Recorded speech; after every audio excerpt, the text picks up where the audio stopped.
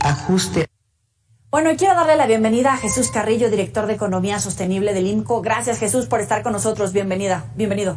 ¿Qué tal? ¿Qué tal? Muy buenas noches, Joely. Encantado de saludarte a ti y a tu auditorio. Jesús, a mí me pusieron a buscar algunos útiles escolares, hasta la lonchera y todo, carísimo, pero no fui la única. Durante toda la semana estuvimos haciendo sondeos y el aumento, no solamente en los útiles, también en las colegiaturas, hasta de escuelas, Patito, subieron. ¿Ustedes qué encontraron? Pues efectivamente estamos en un periodo de inflación muy elevada, Joely, y pues esto también se va a ir a los bolsillos de las familias que tienen niños y adolescentes en las escuelas. Lo que nosotros vemos es que en los últimos 3 años el material escolar se ha inflado un 20.4%. Es decir, digamos, estamos muy por encima de los niveles de la inflación general. Nada más en el último año este dato es del 9.17%. Si vamos a los uniformes, estos se incrementaron en un precio, en sus precios en un 14.5%. Entonces, de verdad lo que estamos observando es que la inflación también se está ensañando con las personas de por sí de menos recursos y en este caso con quienes llevan a sus hijos a la escuela. Los libros de texto, Joely, están casi un 13% por encima de lo que los veíamos hace 3 años. Entonces, encima de todos los problemas educativos, encima de todos los problemas de infraestructura, encima de todos estos asuntos que, digamos, se discuten en lo público, pues también observamos que los precios castigan a las familias también en los materiales escolares. ¿Y a qué se lo atribuyen? Porque no necesariamente es la calidad o el lugar. ¿A qué le atribuyen todo este fenómeno?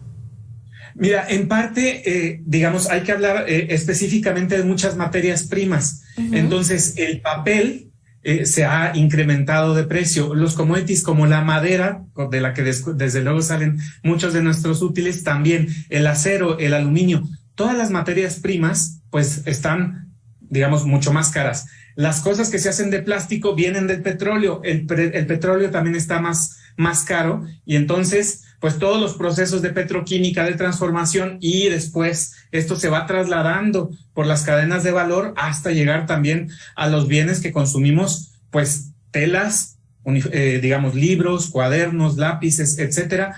Todo se ve afectado por la inflación y pues desafortunadamente esto ha sido pues todavía más allá que la inflación general que está por un 8.60%. ¿Cómo le hacen? ¿Qué han encontrado en las familias? Porque a veces no es solamente un niño, ¿no? Y hay de diferentes niveles que también eso repercute en cómo nos cae la inflación. Pues mira, la verdad es que no hay gran cosa que hacer más que las familias han tenido que aprender y a mejorar todavía su desempeño en términos de la planeación de las finanzas del hogar. Entonces, yo creo que aquí es un reconocimiento bien grande para los padres de familia que efectivamente han logrado pues salir adelante, porque definitivamente no estamos en un momento sencillo.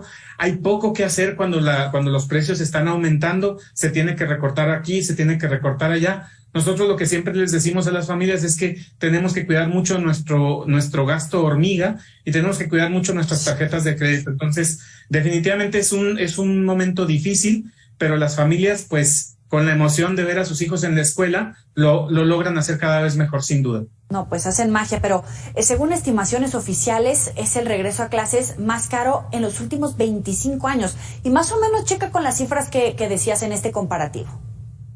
Sí, de hecho, hace algunas horas, esto no lo publicamos, pero efectivamente sí es uno de los regresos a clases más caros que hemos visto pues en mucho tiempo. Digo, ya digamos, no es tan difícil entender esto porque la inflación también se encuentra en sus niveles más elevados desde el año 2000. Entonces, pues efectivamente es una generación que le está tocando ver la primera inflación elevada de su vida y pues ojalá en los próximos meses se pueda contener porque después vendrán otros tipos de gastos para las familias y hay que recordar, Joely, esto le pega muchísimo más a las familias de menos ingresos porque son las que le dedican una proporción más grande de su ingreso al consumo pues de alimentos, pero también de este tipo de bienes y servicios que están relacionados con la educación. Oye, hablando de este tema en particular, las familias de menos ingresos son los más afectados. También le pega ahí el tema de la brecha de desigualdad, el rezago educativo, la deserción escolar, porque efectivamente una cosa es mandarlos, y muchos, por ejemplo, en la pandemia tenían que elegir entre estudiar o trabajar, pero hoy que van de regreso a clases, pues es que si le vas sacando la cuenta es interminable. Por completo. De entrada, porque en algunos de los estados donde hay niveles más elevados de pobreza, pues son los que mostraron más altas tasas de deserción. Si ubicamos además esto como un fenómeno entre norte y sur, cuando observamos a la Ciudad de México, Baja California Sur o Sonora, las personas de 25 años y más estudian hasta el primero o segundo año de la preparatoria en promedio.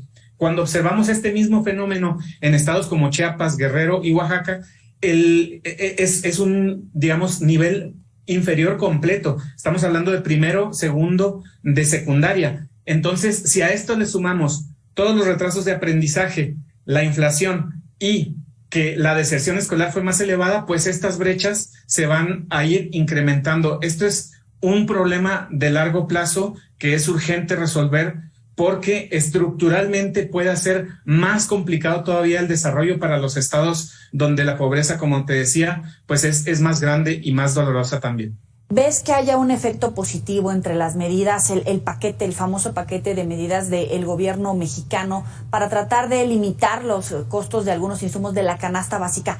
¿Alguna medida que tenga efecto precisamente ahora en materia educativa o es un rubro totalmente olvidado? No, digamos, de las medidas que se implementaron para combatir la inflación, pues ninguna está relacionada con estos, con estos productos, pero en los 24 en los que se aplicó y que uno quisiera que funcionara, porque entonces las familias podrían liberar algo de sus ingresos para justamente, digamos, atender este problema de los útiles y uniformes escolares, pues lo que vemos es que la inflación en esos 24 bienes y servicios, pues ha sido en general muy superior a la inflación general. El huevo, por ejemplo, pues ya tiene una inflación por encima del 30%.